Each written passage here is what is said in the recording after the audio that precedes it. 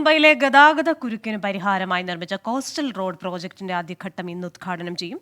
രാവിലെ 11 മണിക്ക് മുഖ്യമന്ത്രി ഏക്നാഥ് ഷിൻഡെയാണ് ഗതാഗതത്തിനായി തുറന്നുകൊടുക്കുന്നത്. നാളെ രാവിലെ 8 മണി മുതലാകും പൊതുജനങ്ങൾക്കായി തുറന്നു നൽകുക. ശ്രീനാഥ് ചന്ദ്രൻ ചേരുന്നുണ്ട് മുംബൈയിൽ നിന്ന് വിവരങ്ങളുമായി.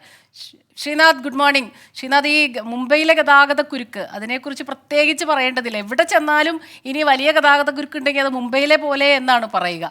അപ്പോൾ അതിനൊരു പരിഹാരമാകും എന്ന പ്രതീക്ഷയിലാണ് ഓരോ പ്രോജക്റ്റ് പദ്ധതികളും വരുന്നത്. പുതിയ പ്രോജക്റ്റിനെ കുറിച്ച്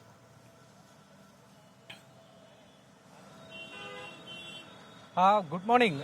മുംബൈയിൽ ഞാൻ കുറച്ച് കാലങ്ങളെ ഏതാണ്ട് കുറച്ച് വർഷങ്ങളെ മുംബൈയിലുണ്ട്. അതുകൊണ്ട് മുംബൈയിലെ തിരക്കിനെ കുറിച്ച് എനിക്ക് വലിയ ധാരണയുണ്ട്. ഒരുപാട് സമയം നമുക്ക് ജോലിക്കും മറ്റും പോകുമ്പോഴൊക്കെ ഈ റോഡിൽ കിടക്കേണ്ട അവസ്ഥയുണ്ട്. പക്ഷേ മുംബൈയുടെ ഒരു പ്രത്യേകത, മുംബൈക്കകത്ത് നിലവിലുള്ള റോഡുകൾ വികസിപ്പിക്കാനോ അല്ലെങ്കിൽ പുതിയ റോഡുകൾ ഉണ്ടാക്കാനോ ഒന്നും തന്നെയുള്ള സ്ഥല സൗകര്യമൊന്നും ഇല്ല.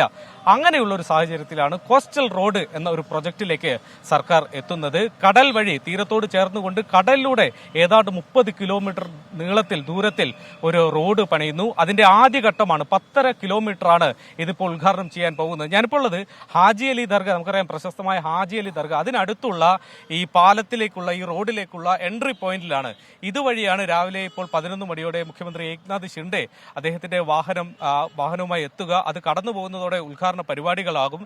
ഏതായാലും തെരഞ്ഞെടുപ്പ് കൂടി അടുത്തു നിൽക്കുന്ന ഒരു സമയത്താണ് ഈ ഉദ്ഘാടനം തിടുക്കം പിടിച്ച് നടത്തുന്നത്. മുഴുവൻ ഫേസും കഴിയാതെ ആദ്യഘട്ട ഉദ്ഘാടനം നടത്തുന്നത്.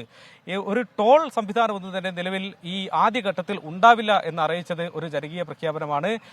വലിയ വാഹനങ്ങൾക്ക് പ്രവേശനമില്ല, ആകെ ബസ്സിന് മാത്രമേ ഇതിലേക്ക് പ്രവേശനമുള്ളൂ. പിന്നീട് കാറുകൾക്കും മറ്റുമാണ് ഈ പാലത്തിലൂടെയുള്ള പ്രവേശനം.